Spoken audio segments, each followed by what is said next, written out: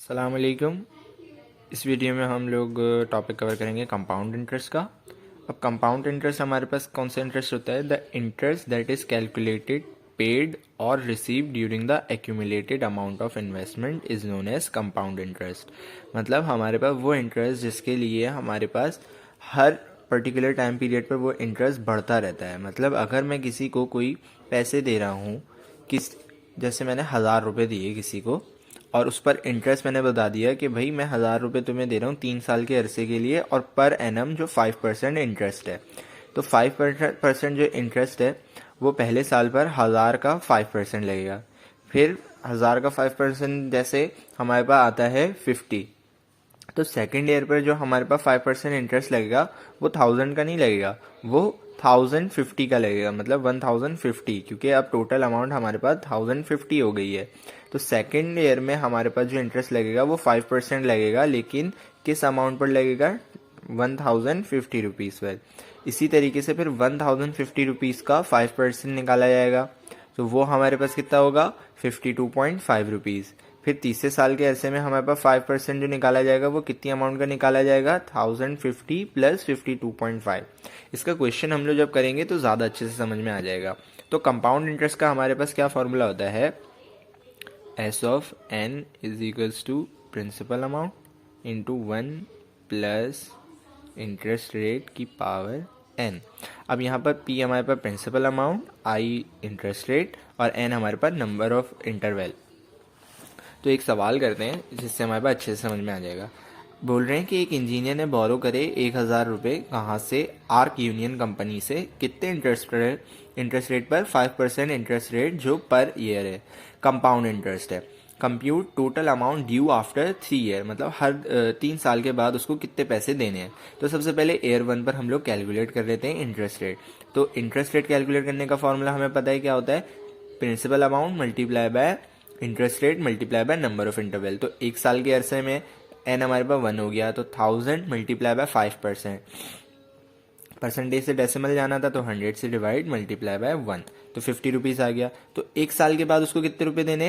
1000 plus 50, तो 1000 plus 50 1050। अब compound interest है तो सेकेंड ईयर में हमारे पास जो प्रिंसिपल अमाउंट बन गई वो 1050 बन गई।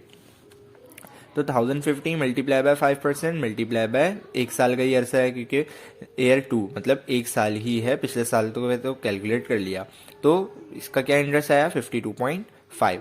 अब 1050 प्लस 52.5, टोटल अमाउंट हमारे पास 2 साल में कितनी देनी है? 1050 प्लस 52.5, तो 1102.5। ईयर 3 में हम लोग इंटरेस्ट कैलकुलेट करेंगे तो 1102.5 मल्टीप्लाई बाय 5% मल्टीप्लाई बाय 1, तो कितना आएगा इंटरेस्ट? 55.125। अब टोटल अमाउंट 3 साल के अरसे के बाद कितनी हो जाएगी? 1102.5 प्लस 55.125, तो टोटल अमाउंट 3 साल के अरसे के बाद ये आई। अब ये हमने ईयर बाय ईयर कैलकुलेट करा। अब इसको कंपाउंड इंटरेस्ट के डायरेक्ट फॉर्मूले से भी हम लोग सॉल्व कर सकते थे। इसको एस एन हमारे पास प्रिंसिपल अमाउंट हमारे पास कितनी थी? 1000 इंटू 1 प्लस इंटरेस्ट रेट की पावर एन। कैसे करते? प्रिंसिपल अमाउंट हमारे पास कितनी है? 1000, 1 प्लस इंटरेस्ट रेट हमारे पास कितना है? 5%, तो 0.05। एन हमारे पास कितना इंटरवल है? 3 साल का अरसा, तो 3 ईयर लगा दूंगा। तो इसका जो आंसर आएगा वो हमारे पास यही आएगा 3 साल के अरसे के बाद। तो इसका आंसर 1157.625। तो कंपाउंड इंटरेस्ट के फॉर्मूले से हमारे पास डायरेक्ट आंसर आ जाता है। आप चाहे तो पर ईयर कर ईयर कर कर कर कैलकुलेट कर सकते हैं, या फिर डायरेक्ट कंपाउंड इंटरेस्ट के फॉर्मूले से भी कर सकते हैं। तो यहाँ पर हो गया एक सवाल। अब इसके बाद हम लोग चलते हैं हमारे नेक्स्ट क्वेश्चन पर। नेक्स्ट क्वेश्चन में हमारे पास क्या बोल रहे हैं कि मिस्टर अरीब ने इन्वेस्ट करे 1 lakh rupees eight the time of his admission in NED. जब एनईडी में उनका एडमिशन हुआ तो उन्होंने 1 लाख रुपए इन्वेस्ट करे थे, और कितने इंटरेस्ट रेट पर इन्वेस्ट करे थे? 9% per year, compounded on monthly basis. लेकिन वो कंपाउंड क्या हो रहा था? मंथली बेसिस पर कंपाउंड हो रहा था। उन्होंने इंटरेस्ट रेट की जो परसेंटेज दी है वो पर ईयर दी हुई है, लेकिन कंपाउंड कितने अरसे में हो रहा है? हर महीने हमारे पास उसका कंपाउंड हो रहा है। तो हमें बताना क्या है? डिटरमाइन बताना है how much money will be received at a time of his graduation. Graduation पर उनको कितने टोटल पैसे मिलेंगे। अगर वो 4 साल के ईयर में हमारे पास ग्रेजुएट हो रहे हैं, 5 साल में हो रहे हैं, 6 साल में हो रहे हैं, 7 ईयर में हो रहे हैं। अब यहाँ पर बात समझने वाली ये है कि इंटरेस्ट रेट उन्होंने पर ईयर का दिया हुआ है, लेकिन बोला हुआ क्या है कि इंटरेस्ट हमारे पास हर महीने उनको दिया जाएगा मंथली बेसिस पे। तो ये जो 9% है पहले हमारे पास ईयर में है, इसको मंथली बेसिस में लाना पड़ेगा। तो मंथली बेसिस में लाने के लिए हम लोग क्या करेंगे,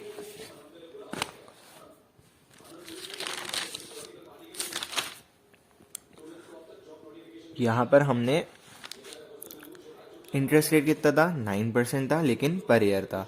अब पर ईयर से पर मंथ में जाने के लिए एक साल में कितने महीने होते हैं, 12। तो 9% को 12 से डिवाइड करा दिया। अब क्योंकि परसेंटेज है तो परसेंटेज से डेसिमल में जाने के लिए 100 से डिवाइड। तो इंटरेस्ट रेट पर मंथ कितना आ गया, 7.5 एक्सपोनेंट -3। अब हमारे पास पर मंथ हमारे पास जो है इंटरेस्ट आना है। तो अगर वो 4 साल के अरसे में ग्रेजुएट हो रहा है तो 4 साल में कितने महीने हो जाते हैं, 48। ये कैसे आएगा, 4 मल्टीप्लाई बाय 12 कर देंगे। 4 मल्टीप्लाई बाय 12, एक साल में 12 महीने, 4 साल में 48 मंथ्स। अब कंपाउंड इंटरेस्ट का फॉर्मूला क्या लगाएंगे, principal amount into 1 plus interest rate की पावर n। अब यहाँ पर कंपाउंड इंटरेस्ट 1 लाख रुपीज था, फिर इंटरेस्ट रेट हमारे पास 7.5 एक्सपोनेंट -3 आया और नंबर ऑफ इंटरवल 48 हो गए, क्योंकि हमारे पास पर मंथ निकालना है। तो 4 साल के अरसे में उसको पर मंथ हमारे पास क्या पैसे मिल रहे होंगे, 4 साल के बाद लास्ट में उसको क्या पैसे मिलेंगे, 1.4 एक्सपोनेंट -5 रुपीज़ उसको मिलेंगे अगर 4 साल में होगा। अगर 6 साल में होगा तो 6 ईयर में कितने मंथ होते हैं, 72। अब n की जगह सिर्फ 72 लगा देंगे तो 6 ईयर में हमारे पास कितने पैसे में उसको मिल रहे होंगे, 1.7 एक्सपोनेंट 5। और इसी तरीके से अगर वो 5 ईयर के अरसे में होता है तो 5 साल में कितने महीने हो गए, 60 महीने। तो n की जगह 60 आ जाएगा सिर्फ और बाकी सब वही रहेगा।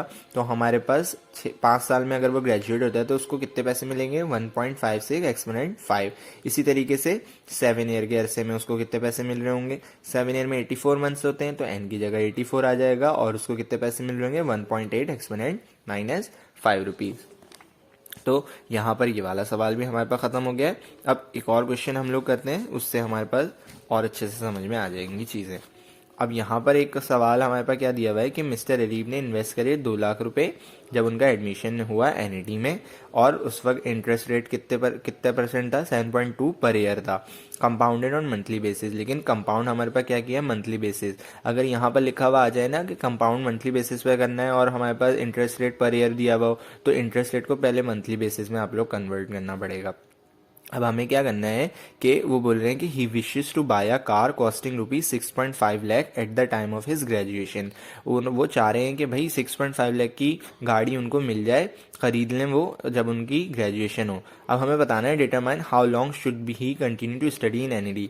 बोल रहे हैं कि उनको कितने साल के अरसे में ग्रेजुएशन करनी चाहिए कि वो 6.5 लाख की हमारे पास गाड़ी खरीद लें। जितनी उन्होंने इन्वेस्टमेंट करी है उनको कितने पैसे अरसे में मिलने चाहिए कि वो लास्ट में जब ग्रेजुएशन हो तो उनके पास 6.5 लाख रुपीज़ हों।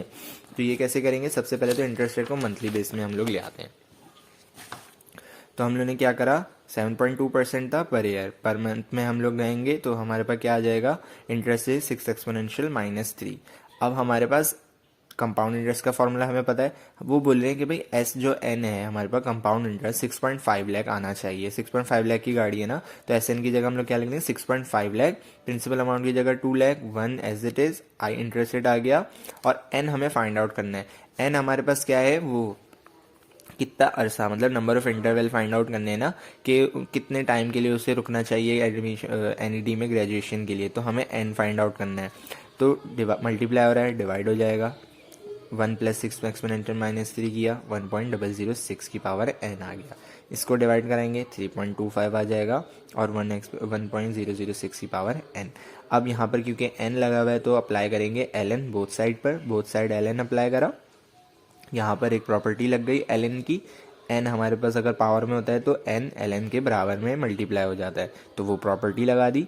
अब इधर n मल्टीप्लाई हो रहा है, ln 1.006 मल्टीप्लाई हो रहा है, उधर जाके डिवाइड हो जाएगा, तो डिवाइड करा देंगे।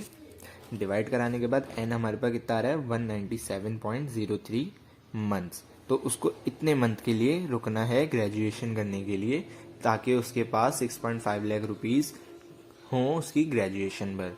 तो यहाँ पर हो जाता है ये क्वेश्चन ख़त्म। आई होप आपको समझ में आया होगा। अगर कोई क्वेश्चन हो तो आप लोग कमेंट बॉक्स में बता सकते हैं।